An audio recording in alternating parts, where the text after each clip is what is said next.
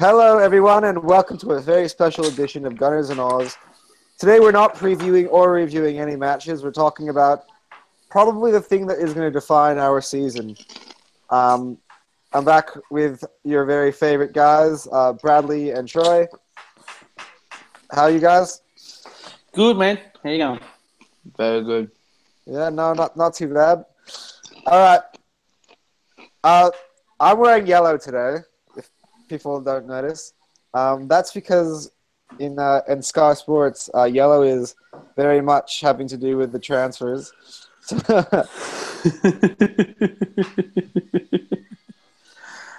What a window. Yeah, wow. Yeah. Where do we start? Where we should start with just Let's start with the positives and then work our way to the negatives. Okay. all right. So the positives for me is getting Kolasinac on a free, but then again, that deal would have already been happening in January, so we can't really count that as a transfer. We can just count that as he moved Yeah. in July. But Lacazette was a good deal. The thing is, Arsenal came here in July. Arsenal came to Australia in July. Mid-July, yeah. Yeah. He was signed before then. They've had a month and a half to sign some more players, and they failed to do so. Yeah. It's actually really ridiculous because when we had our last show, we were talking about Raheem Sterling. We were talking about Johnny Evans. I mean, to be fair, they have been very poor signings, but we didn't get it up with anybody. So we got linked with Draxler and Lamar, but the thing is, Lamar, they were never going to pull that off. How could he do a medical? He was just about to play a game for France. Yeah, exactly. But the thing is, but then again, they don't have to complete the medical before the transfer. They just have to complete the deal. Yeah. It's always subject to a medical. If he fails it, he goes back. Yeah. Here's a positive. You tell me, boys, if you agree with me. At the beginning of the summer, I definitely had my doubts that we would have both Ozil and Sanchez play for Arsenal this season. Is that a positive? No. Fuck Sanchez. No, I Bring reckon on the bench. Yeah, no, I'll bench him all year. Nah, see, I'm like I said, I'm a Sanchez fan, but I think like the way it ended, like the issue is that they said all summer he's not for sale, he's not for sale, he's not for sale. Then at the last minute, oh yes, he is. It's like, well, pick a side. He either is or he isn't. Can't have both. Yeah, it seemed very weak from Arsenal's point of view. I think I'm going to read out at some point in this podcast what David Ornstein tweeted today, which I think was showed a lot of insight into what happened in the window and maybe gave us a few answers. But yeah, with the Alexis Sanchez thing, I think my personal opinion, the way I think it went was that he was fine with staying. I think the manager and him had a talk. He was smiling in training before the Liverpool game. It seemed like he was okay and content with staying. The problem is that with about 5 hours to go before the window shut, Wenger dangled a carrot. The offer came in from Manchester City, which was £60 million. And Arsenal said, you know what? We'll take it. However, give us a couple more hours because we want to get Thomas Lemar deal over the line. If that deal doesn't go over the line, Sanchez stays with us. So, which is smart business. It is smart business. However, that's got, I think, Alexis Sanchez excited about finally, I'm getting my move to play with Pep. Now it's not happening, and so are we going to get half of the Alexis Sanchez? No, I don't think so. I think he'll front. Like I said, he carries on the field, but he's at least got some goal. He's at least got some passion about him. And we were talking about it in the last episode, and we were saying that, you know, and what I said it too, is that the guys, I said we had a team of individuals. He's the only one that calls guys out when they don't get their shit together. Yeah. And people misconstrue, oh, he's not happy. He's not happy. No, it's not. Yeah, he's not happy with the guys on the field and what they're doing, and he's calling them out, which has happened for years. Tons of players have done it. For some reason, because everyone wants to believe that he's not happy, then that's what they talk it up to is, okay, well, that's just more proof that he's not happy. And I don't think that's the case at all. Yeah. Bradley, you've been awfully quiet over there. I don't know. I just don't. I feel like we should just let him go. We're gonna let him go for free next year anyway. So he should just been let go. He's just like that Liverpool game. I do not remember a pass that was an attacking pass, not a back pass, that went to a man. Like he was disappointing, very disappointing, and it was not good. His performance was pretty poor.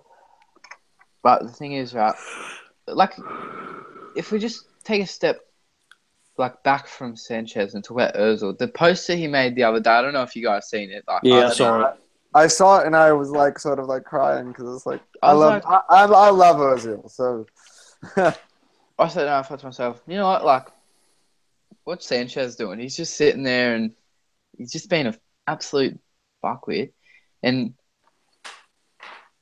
Ozil's going out, took time out of his schedule with Germany to write, obviously his social media team probably wrote most of it, but the thing is, it would have had to come from somewhere. It would have had to come from somewhere. Yeah. Yeah. And I feel like his choice was not to move. But get me started on this Oxlade-Chamberlain thing. That's what wound me up the most this transfer window. Oxlade-Chamberlain. I mean, you've seen it all. You went from the hotel to guys saying, I've seen him. Yeah, I've seen him. I was there for that. I got the shits with that guy because, as soon as he was out there for about 5 minutes, as soon as someone said that, he pissed off inside. I thought, he's a shit now. But he was a decent lad. He was a decent lad. But oh yeah, I mean, the thing is, you don't do that. I don't care. Who cares? You don't move from a team that hasn't won a league in 12 years to a team that hasn't won a league in 27 years. It makes no sense to me. And he's there to win trophies. Jesus Christ, they've got Mohamed Salah, who's a freaking Chelsea reject, and Roberto Firmino. Don't worry, I rate both of them, but they ain't going to win a league anytime soon. They're going to come close. They're going to do what Arsenal do. They're going to come close. They're going to do what Spurs do. They're going to come close, but they ain't going to win the league. And I'm not going to say Arsenal are going to win the league this year because they ain't winning nothing until they get rid of this idiot in charge. Dead set. I respect Wenger for everything he's done, but his ship sailed about 3 years ago. And the sooner the board realise it, it's freaking... I don't know if you guys seen it the other day, but it was on Twitter. I retweeted it because I'm a bit of a wrestling fan. But did you see that thing about Vince McMahon, what he said about Stan Kroenke? No, I haven't. He said Stan Kroenke should be arrested for impersonating a businessman because he is not a businessman. And with this, I can totally agree. He is an absolute reject. Yeah. He's an idiot. And then he's funding new stadiums for his freaking US sports. Just sell him. Just sell just sell your shares and piss off. Well, it's actually very interesting because I was listening to the Same Old Arsenal podcast with Craig, and he had DT and Troops on there this week. DT was actually saying that Kroenke's son was actually very close to telling his dad, "Look, we should sell the club," which I think was the main reason that brought on the bid from Usmanov. So I think it seems to me that the weakness in Kroenke is not from Stan, it's from his son. I think Stan, he doesn't care about Arsenal and how, as much as Ivan Kazidis can say in some sort of email that Stan has ambition to win trophies. If he had ambition to win trophies, he would have at least put $1 into Arsenal. Yeah, As I but said, And that's not even ambition. I mean, we're talking about millions upon millions. But he hasn't even spent a penny. And he's taken out so much money from Arsenal for advisory services. We can start up his, shooting animals broadcast channel. I mean, yeah, no, he's a parasite. He really is a parasite. Yeah, And I think before you can worry about Wenger going out, you need to be able to get Kroenke out.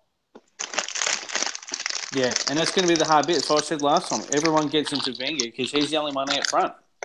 He's the only one anyone can say anything about because he's the only one saying anything. Kazidi's just reached from a script. He's a tool, and it's just like what I don't understand is you look at every other Premier League team. You look at their manager. The manager is the fucking manager. He controls the football. He doesn't control the club. yeah, This club is so up Wenger's ass. It's not funny anymore. Yeah. They don't answer to the ones above. They answer to Wenger, which is dumb. He's the manager, for goodness sake. He should have been sacked a long time ago. Fair enough, he had the glory days, but get him out. He's past his use-by date, and I swear he wakes up every morning and says, "How can I piss off Arsenal fans today?" And to be honest, on the 1st of September, he pissed me the fuck off. Oh, I mean,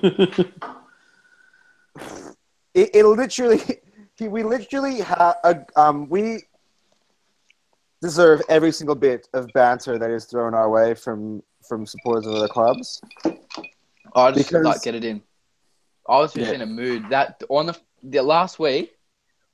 I was in the biggest mood all day at school. I was like to my mates, I was like, "Do not piss me off today. It's not a good one." Yeah. I've been up all night to wake up and find out that we've signed fucking no one, and now I've come to this. The Chinese international. Fucking no one. Oh, good. Does it really surprise you? This is Arsenal Football Club we're talking about. Let me play devil's advocate for a second because I heard this theory on another podcast I was listening to, and I hadn't thought about it until he said it. Is there just the slightest chance that Wenger is playing the long game? Right? We moved on about 20-odd players, and we've cut our wage bill significantly. Now, the Premier League says you can only expand your wage bill by about 7% each year. Is there a chance that he has turfed like that many players off the wage bill? They got rid of Ox for 40. There's no way Ox is $40 million, right? I mean, and if you can get it, great. But here's and this is the theory that I heard, and I sort of agree with it. His next window, I mean, the January window, I'll freak out. But once we get through that, if we've still got Ozil and Sanchez, they'll be able to pay them their increased wages.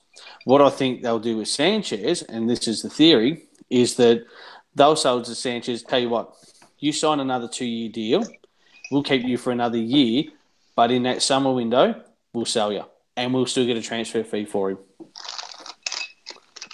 Feasible? But I think he can be a mad prick and say, "You know what, you didn't sell me when I want to be sold. Nah, I'm not signing nothing. I'm going to walk out of this club." However, he's going to get fucking signed for Tottenham. We do need to point out a fact, guys, is that if Manchester City really wanted Alexis Sanchez, why did they wait until that late in the game?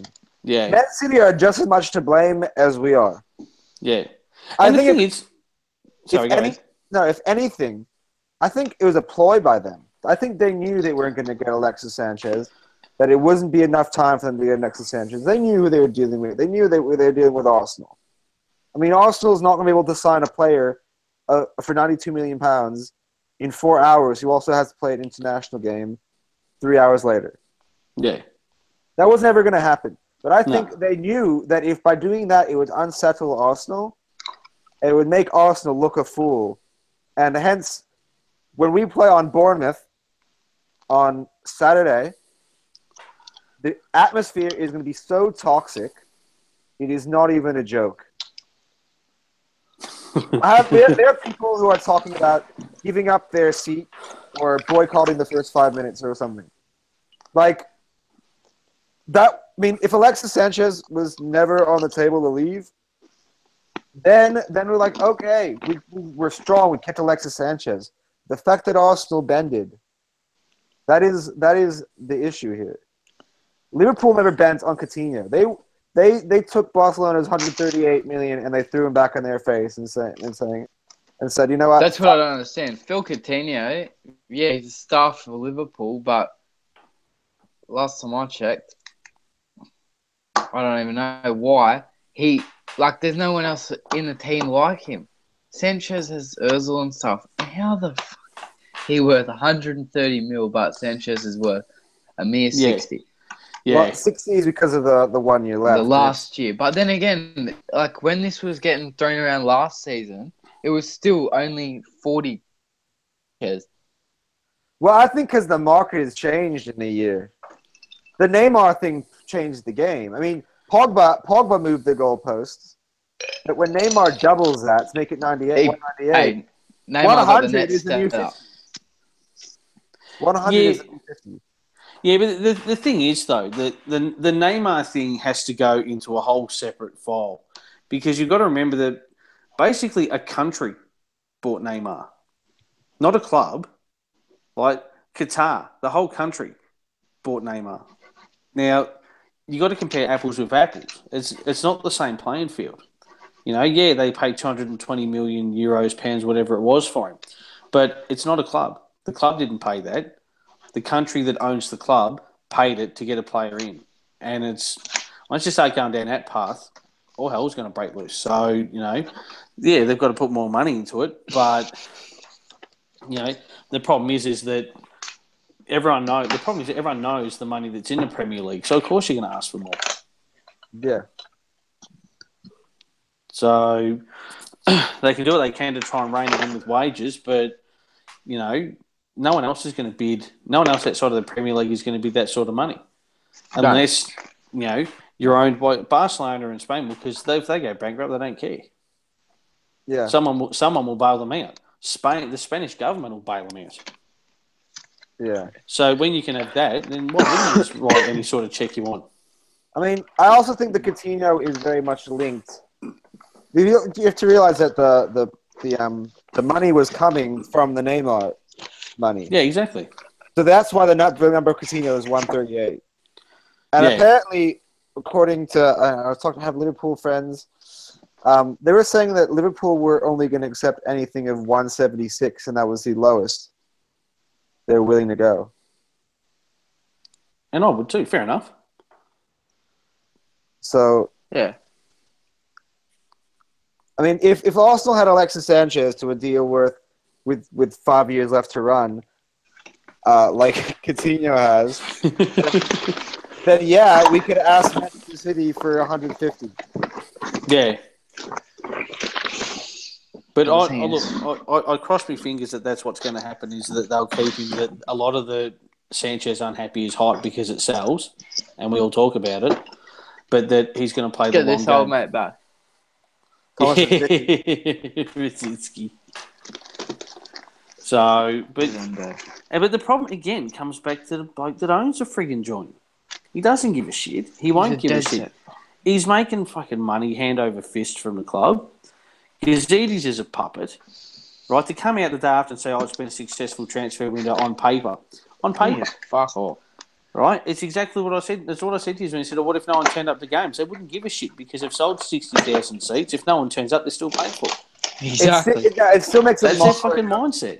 It still makes a mockery of Arsenal if the game is on national television, actually worldwide TV, and there's nobody in the crowd. But, mate, he's sitting on a ranch in the middle of nowhere. It's not going to happen. He's sitting on a ranch in the middle of nowhere.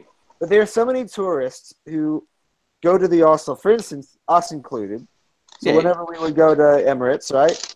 There's no way that anybody's going to sit there and be like, "Hey, dude, I don't go into the game today because they're boycotting." And then we're going to be like, "Oh yeah, totally. I've come all the way from Australia to not go to the game."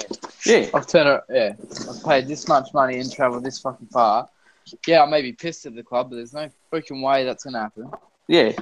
Well, you know what will happen is if they're standing at the gates, mate, and there's only 10,000 people in the 60,000 seat stadium, Mate, you'd want to be the 50,000 people outside because you're about to get one of the cheapest tickets to the football you're ever going to get.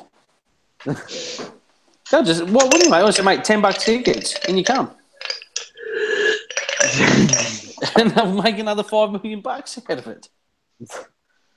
They don't care. The thing is, No. the football club in general does not care. No, they don't. And it's cronking it because he's not. As long as they make money. So if you've got enough money, you buy a share in Arsenal. We don't spend money. We fucking make money. That's right. But then again, I think you've got to be careful what you wish for too. Like if Usmanov buys him out, do you want that? Yes.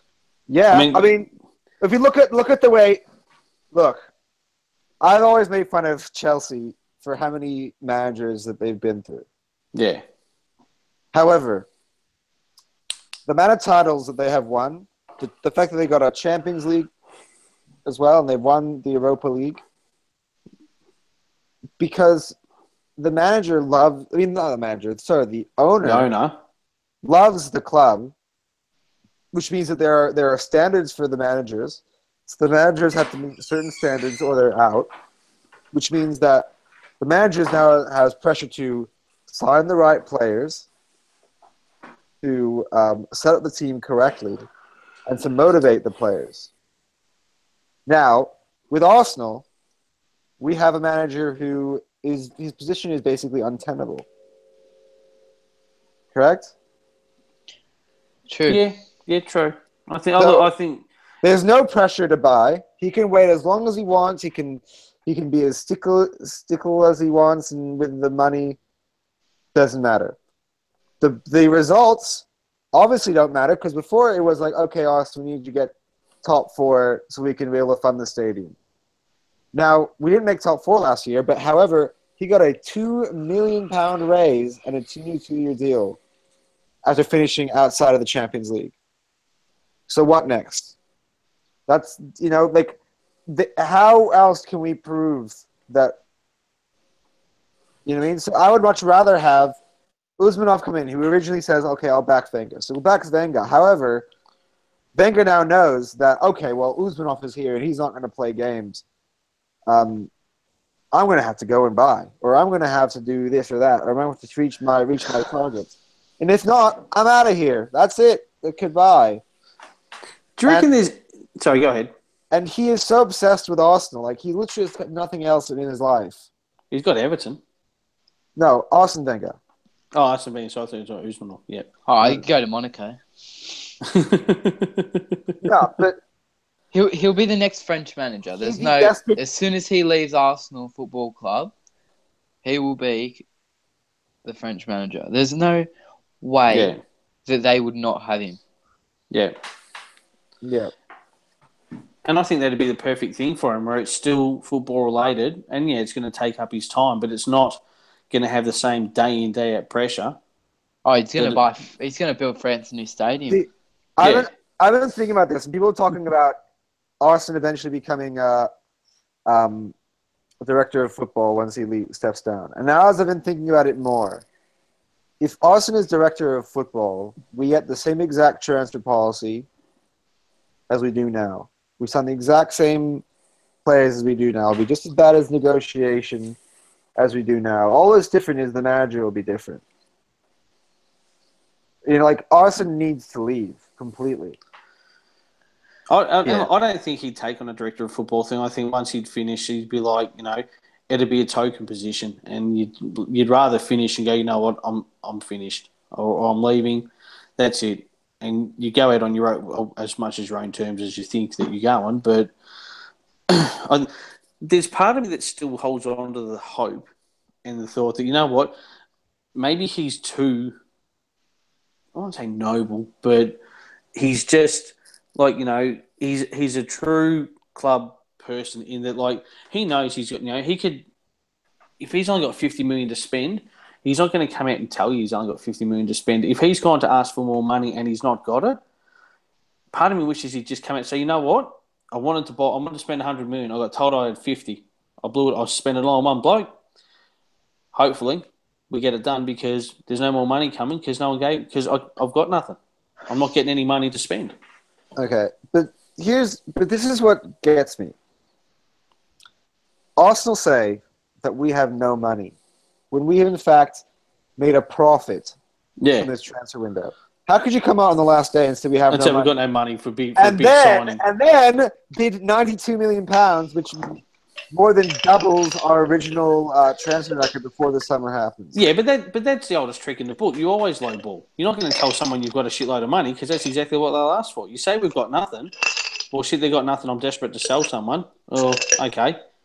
Maybe they're telling the truth. You don't advertise how much you've got. I mean, that's fair enough. But it's stupid, Tom, to say, oh, we've got no money for...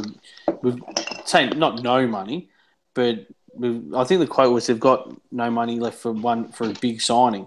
So, and that's just gamesmanship. That's just saying, oh, you know, I've got any cash on me, man. So fucking Reece Nielsen will say that. Yeah, I know.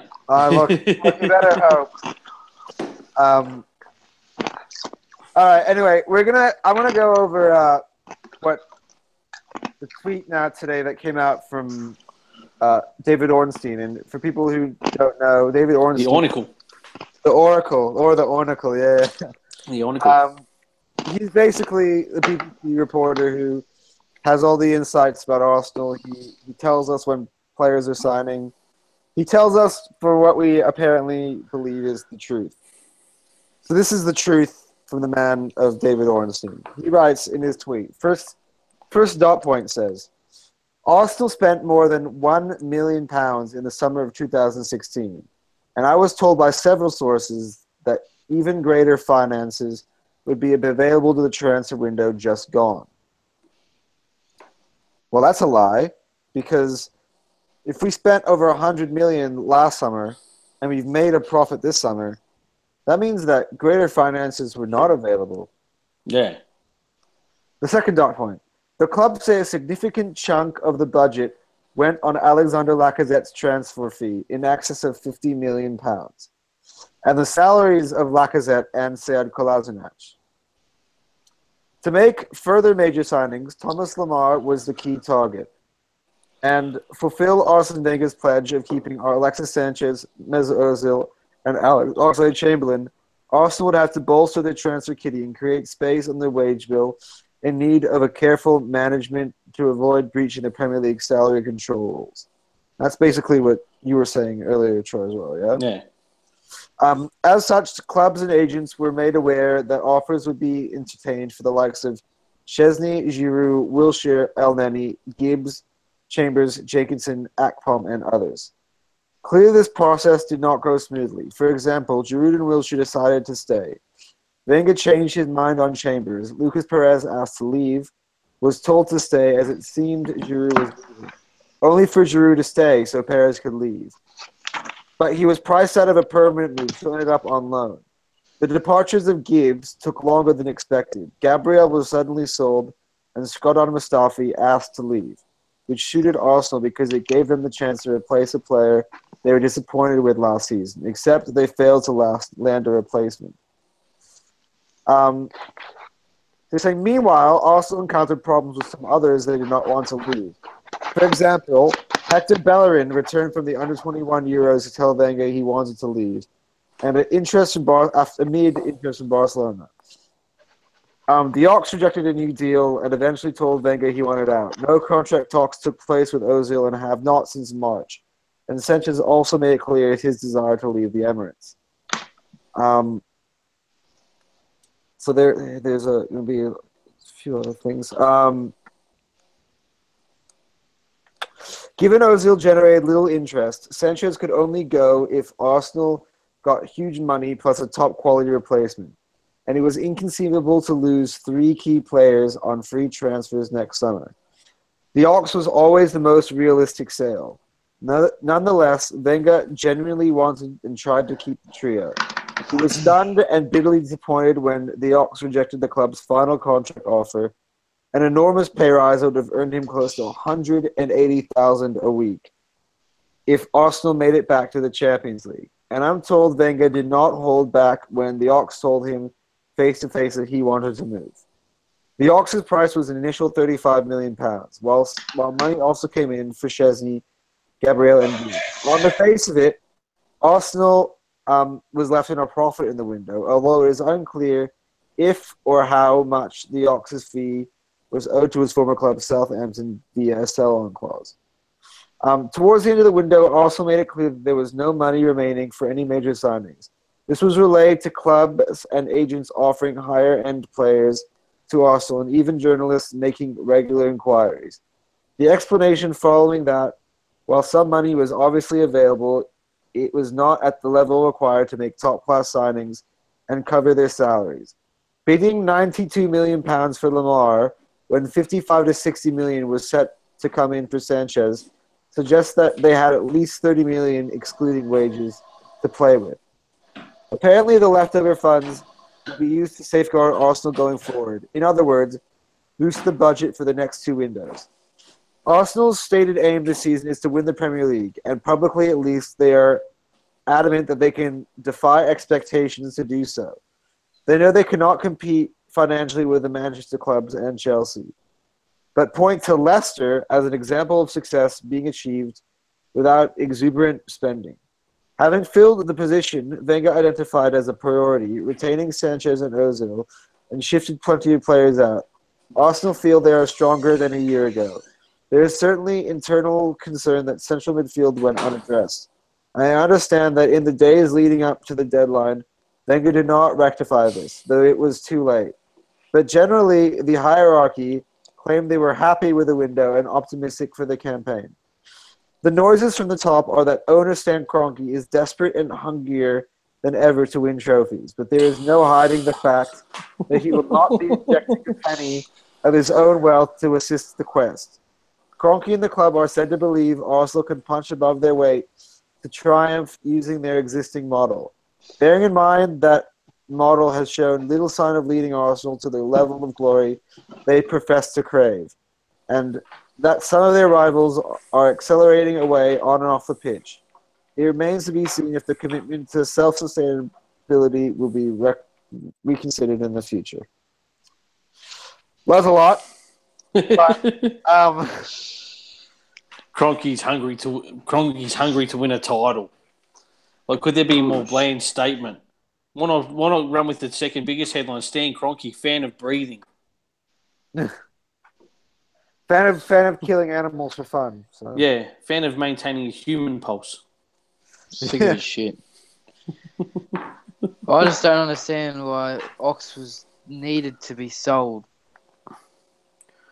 I don't get why everyone's ragging on the Ox sale, man. That's $40 million for a bloke that's not even going to start for Liverpool. Oh, look, I'm the only thing that I'm really missing about Oxlade-Chamberlain, and I know we have a massive fan of his in the chat room. Yeah. Look, I'm going to miss his personality. I think he was a great personality. All the stuff he did on the Arsenal YouTube channel on Arsenal Player, you could tell he was a great guy. Yeah. And he was good for the locker room. However, if you have a player who doesn't want to be there, what's the point of having him there? Yeah, I agree. Alexis Sanchez is a different thing because he's the talisman of the club, and he's the club's most valuable asset. But the Ox has never really achieved much. Yeah, he never really achieved the potential. Maybe not yet. Maybe Klopp will be able to get the best out of him. And from an England fan's point of view, I hope he does. But you know, it was a good money to get from. It was good money to get, but he's just, I don't know. I don't like I said, he's a top guy, and he was great banter. He was always good on the videos, and he was funny as hell. But Jenko's still. I honestly thought Jenkinson would be gone before him. Yeah, I thought Jenkinson and Chambers, both his best two mates, would be going before him.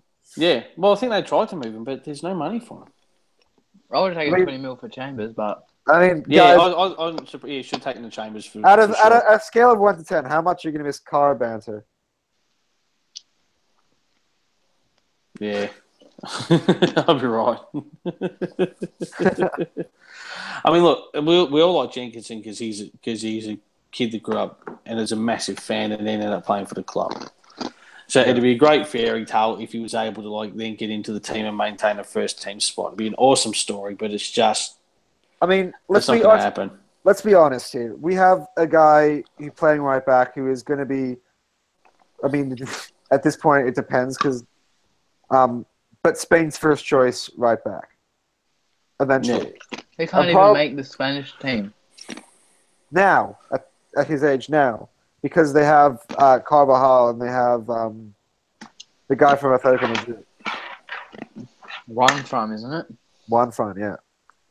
But he has the potential to be one of the best right backs in the world, and will be the best for Spain.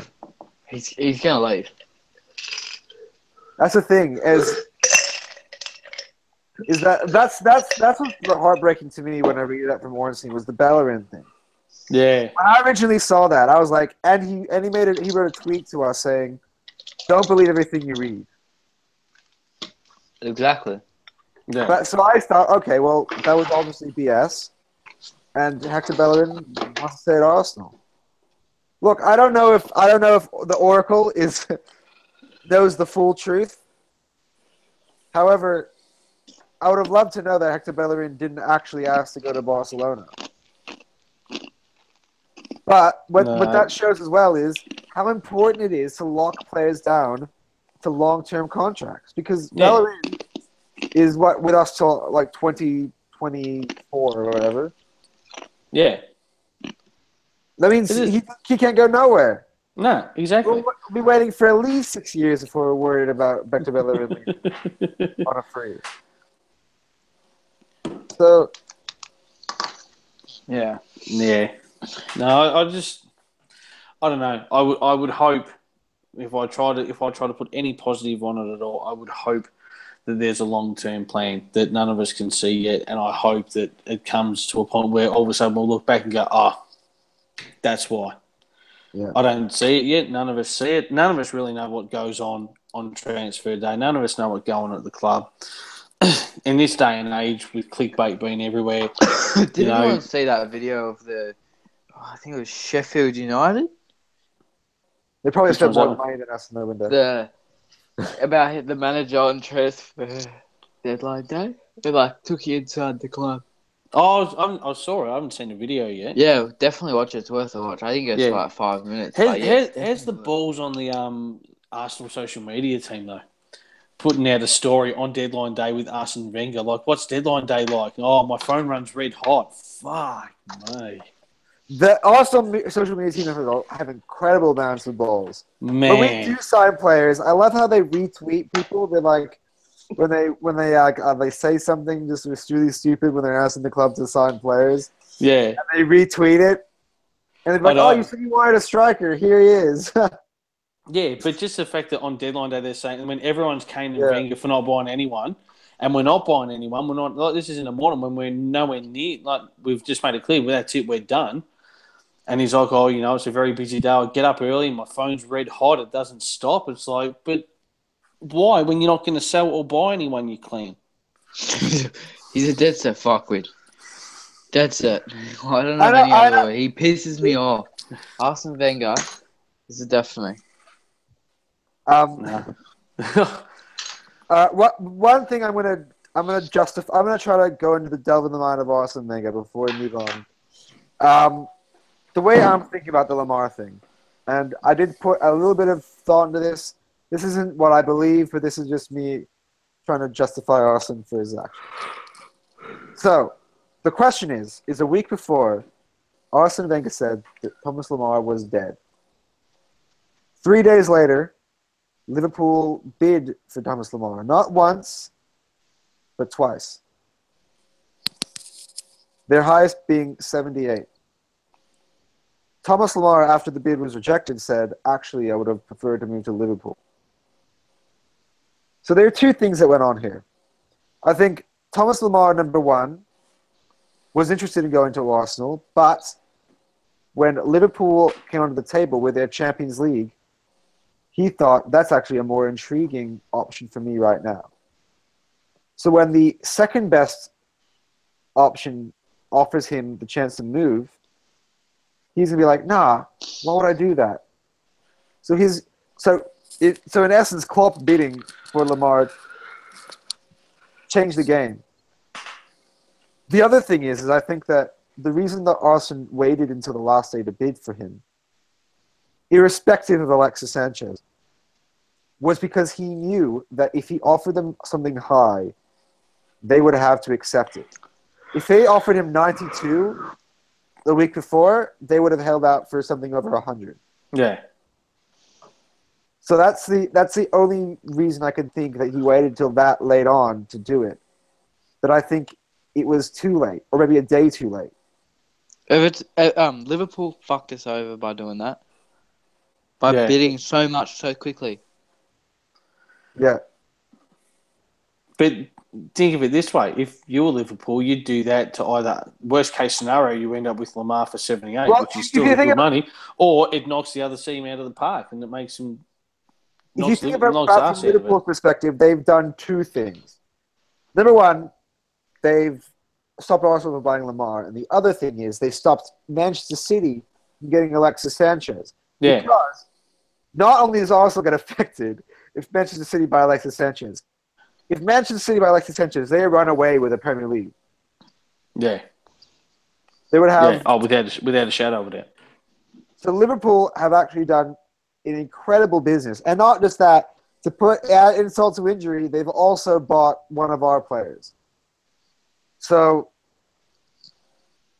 I think Liverpool really ended up winning towards the end of that window. And they dictated the way the window went and the way possibly the league will go this year. Yeah. And it didn't cost them a thing. Yeah. Anyway, let's move on finally, and that is... It is what it is. We have now a team. We know exactly who's playing for Arsenal this year. So there's no more question marks. Oh, there still are a few. But let's assume that there aren't any question marks. The squad we have is the squad we have. Yeah. Yeah. Where do we go from here? Is the season going to be as bad as everybody says it is? Or are we going to maybe finish top 4? Maybe win the Europa League and finish 5th or 6th or 7th? What happens? I'm going to say the only way that we're going to learn from this is yeah, you got to do first. We're going to come 7th. Fuck it. So is Everton going to finish ahead of Arsenal? I'm telling you, Southampton's going to finish above Arsenal. Alright? This shit's pissed me off. It's going to be interesting. It's going to be interesting to see how they go. To be honest with you, we've had the same team. What bothers me the most as well is when you think about it, we've been playing the same team for the last 3 seasons, right? Yeah. We changed formations. Whoop-de-doo. But we've had the same key players. Yeah, we've had Lacazette. He's new up front. But the thing is, every team in the Premier League, apart from Brighton, apart from Huddersfield, even Newcastle will know. They know the way we play. They know who to focus on. Seriously, the thing is, right? It's like playing the same team every year. Obviously, you're going to know how they play. It's not going to be much of a... it's obviously they're going to be a hard team to beat. It's Arsenal Football Club. You don't expect an easy victory. But you see Liverpool, they know how we play now. They destroyed us. That was embarrassing. Yeah. That was dead set embarrassing. That made me embarrassed to be a bloody Arsenal fan, that. Yeah.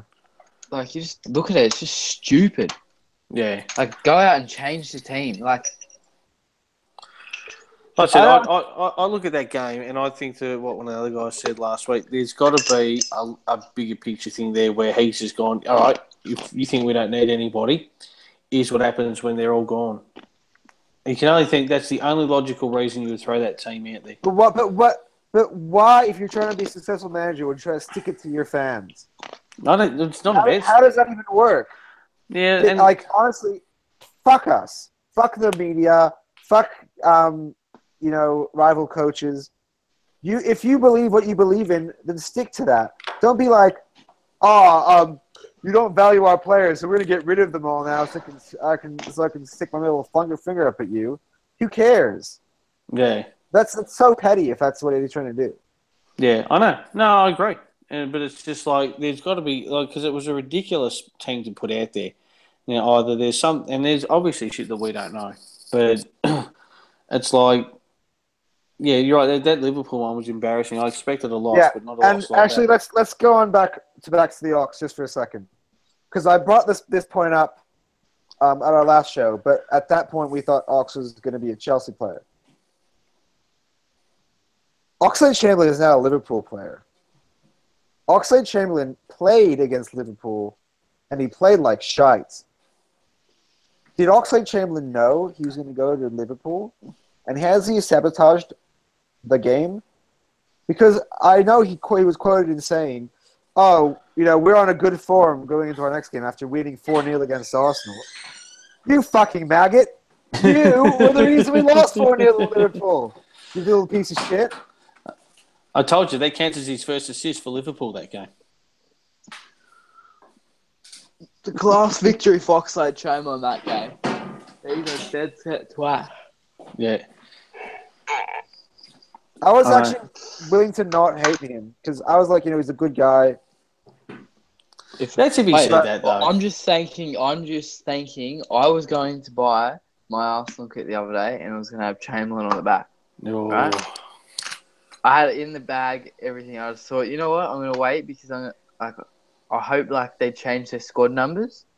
And I thought, I'm going to wait. Actually, I'm just going to sit here. I'm going to wait. That thing's out of my basket now. No wait. Reece Nelson 61. That's it. Reece Nelson changes number to 15. That's right. I was making up an Evans one because I didn't have it in the kit yet. I thought I'll get it. Evans. No, you know what? I had Thomas Lamar 7 in my basket. I thought that Sanchez was going to go and Lamar was going to take his number 7 shirt. I reckon they should give him Mustafi 5 and Bellerin 3. What the hell? Yeah. Yeah. Why do we have our good centre backs playing shit numbers? Yeah.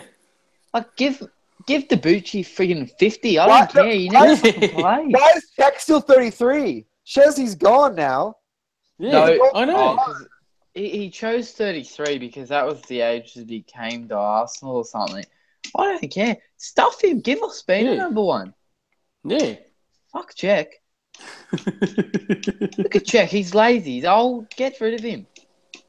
What Premier League club has a 35-year-old as their number 1? Fucking Arsenal. I mean, to be fair, Juventus were the Champions League final and they have a 40-year-old between goal. True. Yeah. But that is Buffon. I mean, oh, come on. Hey, those Italians go forever. You can't say that's Buffon. Petr Cech is the greatest goalkeeper in Premier League era. Oh. Statistically, he's got more than any Premier League goalkeeper ever. And he's won more Premier League titles. That's a rough statement, that one. I know, it rocks a lot of our Arsenal fans are saying David Seaman or... No, I didn't even say Peter Schmeichel. I didn't even say Peter Schmeichel, yeah. Schmeichel, yeah. No way. No way. Especially, he's just gone downhill. Do you see the thing the other day? He's like, Petr Cech's led him more goals in the 3 years he's been with Arsenal than he did the whole... I think it was bullshit, but... I'll bet you the stats add up. Hey, I bet they do too. Wait a second. No, they don't. There's no way the stats add up. I'm just thinking about it. Petr Cech was at Chelsea from 2005 till 2015. I mean, he let in 5 against Arsenal a few seasons ago. He lets in 4 against Liverpool last week, but no. But how could he concede in 2 seasons with Arsenal more than he did in 10 years with Chelsea? Because he hasn't got a bus parked in front of him. True. And mate, us alone, we scored 5 against him against Chelsea. Yeah. Yeah, you'd have to run the numbers on it, but but he Who was would you playing in get a to defensive replace side. Czech? Who would you get to replace Czech? I already, reckon I Jack already spoke Butland. about. Oh, I here already we go. spoke about Here we go. Here we go. Geronimo Rulli. I just want him because his name's Geronimo. Yeah, man. What about Van Dijk? That never happened. That never came up. No! I told you. Van I Dijk. wanted to have a Van Dyke. We were talking about the facts. We were talking about rumors, guys. We were talking about the facts on this show. Come on. Now the Van Dyke streak continues. Luckily, we don't play Southampton next week, so we play Bournemouth. So you don't have to come on. I'm just happy Jackie Wilshere stayed. All right, that's all I can be thankful. I think Jack Wilshere plays his first game back in a week's time from now away at Cologne. I think actually. I think Reece Nielsen scores a hat trick at Cologne. You heard it here first. I'm telling you, Reece Nielsen's the gun. Reece Nielsen hat trick. Is it away at Cologne or home against Cologne? I don't know. I wouldn't know. I don't get up on Fridays. It's gonna have to Lucky change you. now, my friend. I finish school in 2 weeks, and my study time is not going to be wasted on a Friday morning. That's a bold statement, man. I'm telling you, I'm definitely. Look, I'm not gonna subscribe to this. Oh, we're too good for the Europa League. If Europa League is good enough for Manchester United, one of the biggest clubs globally in the world, it's good enough for me. Yeah, we're playing them at home. Yeah. Hey, if I'm being honest, I reckon we'll probably get beat by Cologne. This is going to be the tricky part, though. On the 15th, They're a good goalkeeper in Timo Horn, by the way. Yeah. Very good. You can actually ask me maybe in our preview next week when we do the Europa League, because I'm actually know a lot about Bundesliga. You guys can go shoot and ask me about FC Cologne, because I actually do know my old stuff on them. But it's going to be interesting to see what shall we put together, though, because we've got on the Thursday Chelsea. We've got them. Then we've got Chelsea on the Sunday. Yeah. So, yeah, you'll play both games. Do you know what? I reckon. I know it sounds stupid, but and we've got 3 strikers up there anyway. But I reckon he'll make an impact. They'll give him a go at least off the bench, and I reckon he'll score a few decent goals for us, like in Chuba Akpom. Even though they'll probably get rid of him in January. Yeah, I've always rated him, but whenever he's played for Arsenal, he's always done well. But when he goes on loan, he seems to just get lost and not play well. His heart's not in it. His heart's not in it. I don't see a Chuba Akpom plays outside of the Capital One Cup. Or whatever, the Carabao Cup. Carabao Cup, yeah. Change his name every year. I can't even keep track. Yeah. The not Red Bull Cup. Do they even have that shit in Australia? Red Bull? No. Carabao? No, I don't think they do. Oh. Which is probably a good thing. I wouldn't buy it anyway. Nah. It does look like a rip-off of Red Bull. Still has it is. On it as well. Like, it's completely a rip-off of Red Bull. It's like the Audi brand of Red Bull. That's right, yeah.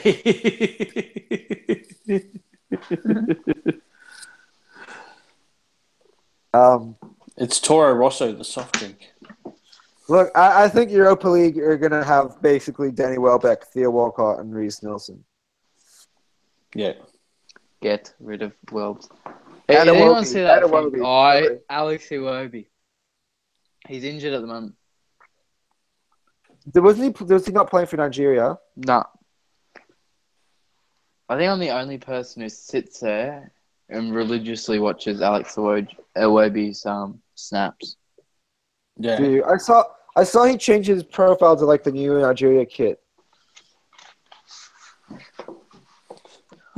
Did you actually? Here's an interesting read. Actually, like I know this is going on about Reece Nielsen again, and I should probably shut up. But they had this thing about surviving like academy life, and it was all about Reece Nielsen. It's on 442 if you ever get the chance to read it. Yeah, it's like about how in year 8 that like Arsenal said to him like you can't be playing like football at school. Like you're gonna have to sit out. Like we can't afford you to get injured, and like they have to give up so much for like the opportunity, and like for him to do so well at like, well, he's my age. Like if I was doing that well, and like people around the world were talking about me because I was gonna be the next like big thing. I do not want to be sitting in the under-23s. I want to at least be making the bench. When there's people like Theo Walcott that have done for the last season and hasn't impressed in preseason. Danny Welbeck's starting. He didn't impress in preseason. Reece Nielsen was the next best thing. What actually a deadline day signing that I have to go off about is Donyell Malin. Like fair enough. I can't believe we lost him. He was. I remember when we first bought him, and we had those sick videos of him being able to like juggle the ball like ridiculously and scoring goal like screamers from outside the box. He was supposed to be the next Robin Van Persie. I mean, and we just sold him so easily.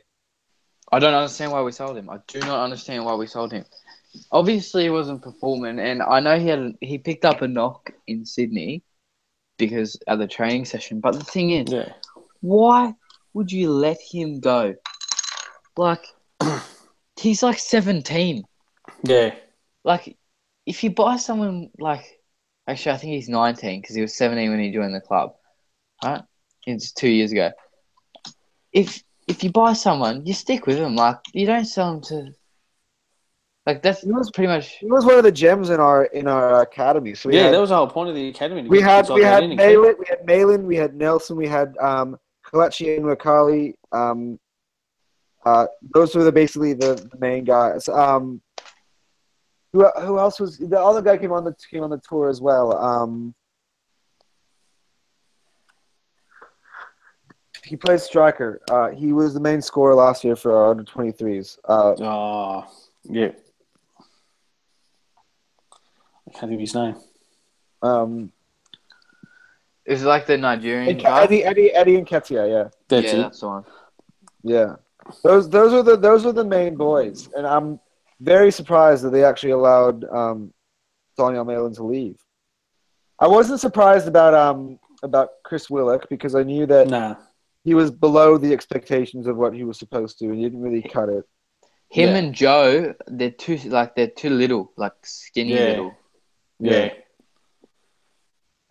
Here's something for you, Brad. Hey, Brad, here's something for you. Let me get the camera on. Yeah, Reece Nielsen. Yeah, I know. If he doesn't win it, tell you what. I'm waiting. I am waiting for them to release new squad numbers, and the minute it happens, you'll be 15. No, don't give me 15. Fuck 15. I love that. I love that 61 though. I love that 61. But the thing is, right? I'm gonna sit here and about next year when he moves up to like 38 or something, and I'm gonna sit here and go, that 61 looks shit. No,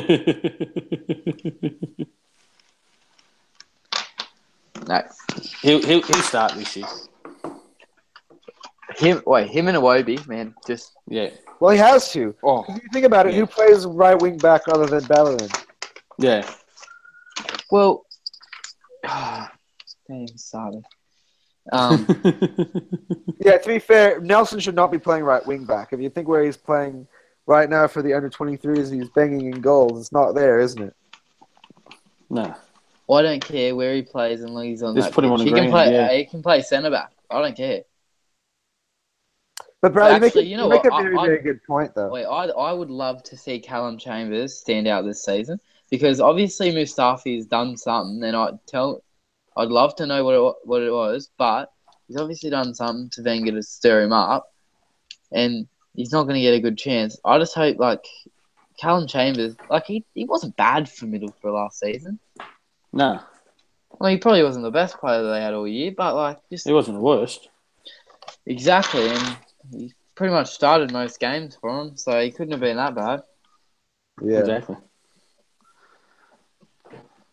I just don't know. I don't know what goes through this dickhead's head. It's like bingo, mate. Just put all the names into a bucket, pull out 11, go, there you go. Yeah. Figure it out. He just gets all the centre-backs in it. Like, there's a lot of stick for Rob Holding last week, but, man, No, I mean, fair enough. The whole world Rob, could have Rob seen. Holding, you gotta be patient with Rob Holding. yeah, I'm not gonna give him stick. no. Number I one, mean- the Hawks left him exposed. Mane, but then again, everyone could see him, Mane, cutting in on his left, like on his right. And Yeah, I wouldn't get into Holding yet. And like I said, he was left exposed by Chamberlain. Ramsey was right up where he out of position, so it all come down to him down his side. And there was other defenders that should wear it as well. If anything, Koscielny should be getting called out more since he's supposed to be the general down back making everything work. Well, actually, one thing I want to touch on, and we're gonna have to end this soon, is the apparent row at halftime between Koscielny, Ramsey, and Sanchez. So apparently, there's an issue with Sanchez, which is the reason a lot of players wanted to leave, is that he can show up to training whenever he wants. If that's true, or he decides when he shows up to training or something like that. And then Koscielny apparently yelled at him about that, and he brought it out on him. It's like, oh, who do you think you are? You think you can, show up to training whenever you want, and then you could blame everything on us when things goes tits up on the pitch. And then like apparently Ramsey went into Koscielny and was like, you should be a leader or something. You went to defend Sanchez, like you should be more of a leader though, and whatever. And then he says, oh well, or no, you not to be a leader, like how could you defend this poorly or something? And then he told Ramsey, well, it's easy for you to say considering you're supposed to be a midfielder and you're literally playing striker. Yeah, Like something along the lines. I can't really say I was in the room, but that's along the lines of what was going on. but that's what you want. That's what you want your players to do. Is that if you all want to win, get into them and have the balls enough to go. You know what? Call someone out when they're not doing everything right, and then if you're a man enough and you've got the balls, go get look. Fair enough. Yeah. That's what I said to you. There was a. Sorry, go ahead. sorry, I'm interrupted you. No, that's right. It's I was saying with Ian. Sorry, I was going back to when Ian Wright. I heard an interview with him, and he was saying, look, they would get called out by the defence every time that he turned. If he turned over the ball where the defence was trying to get a breather, they would just cane you for it in the rooms. You knew you were going to cop a spray, so you didn't do it, and it kept everyone in line, and they won games. Yes. Yeah. True. Right. So maybe it's a good thing.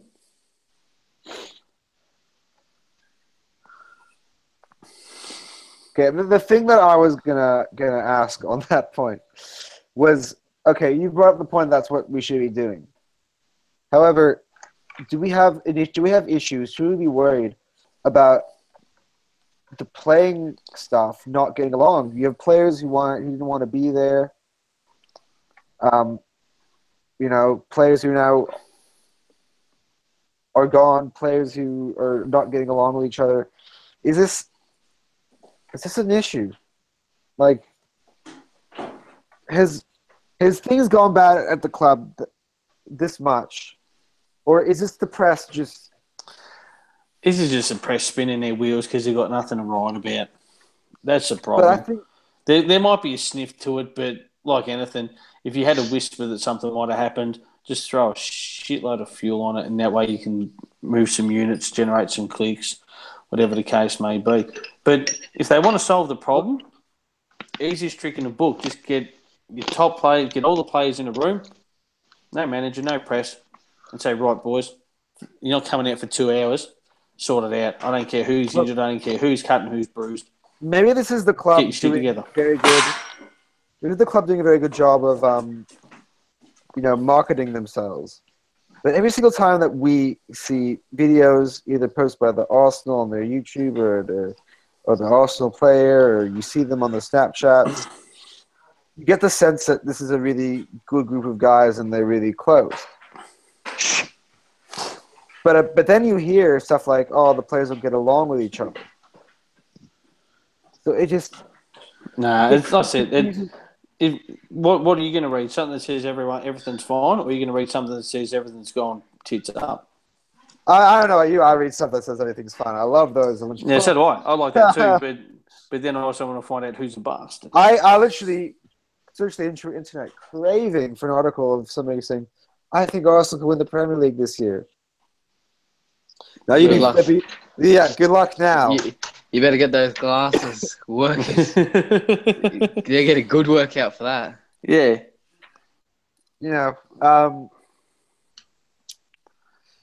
Anyway, it's moved on. We have to go with what we've got.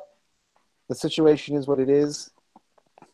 But for now, we have a preview show on Thursday because we're gonna have football again. And I'll have to figure out if I can make it Thursday night. Yeah, I've got my mate's 18th, so you can let me know about that. But for now, boys, just one final statement from each of you guys. We'll be okay this season. One word, two letters, no. Well, I'm going to say... I'd like to hope so, but nah. Yeah. Unless we sign Messi and Ronaldo in January, I think we're pretty done for the season. I think we'll be fine. I think, like I said, there's we could be worse. We could we could all be going for Watford. So we could be West Ham at the moment. Yeah, we could be West Ham. So there's not so much, We'll get there eventually. And look, it's 3 games in, and I know we say that every time, but it's 3 games in. It will be fine. The world will still turn. The sun will come up. We will win. We will lose, and we'll eventually move forward. As they go as a team, who knows? But hopefully, like I said, the window's shut. Just get your shit together, boys. Kick the ball. Yep. All right. This has been another episode of Gunners in Oz. This has been a special transfer episode of Gunners in Oz. Hopefully, we've got all that other stuff about the club in the background out of the way. And from now on, we can talk about what happens on the pitch. As mentioned before, we're going to have a show on Thursday to preview Arsenal against Bournemouth. Whoopee, that should be an exciting one. Arsenal should win as well. Sure. If not, the Emirates Stadium will probably erupt enough for it to shatter, and we'll be playing at the Highbury Gardens. I'd love to go. Guys, don't forget to like and to subscribe to the channel if you are enjoying the content. I know a lot of us here put a lot of hard work and we put it in time. You'd have seen a lot of yawning today because we're fighting sleep to bring you this content. So, yeah. So, from me, from Bradley, and from Troy, guys, we'll get through this. We've got 2 more years of the Arsene Mega. We'll have a few more shows like this. We'll just be venting our frustrations, and but meanwhile, just gonna have to support Arsenal. So happy being an Arsenal fan. Anyway, up the Arsenal, everyone. Up the Arsenal. Good boys.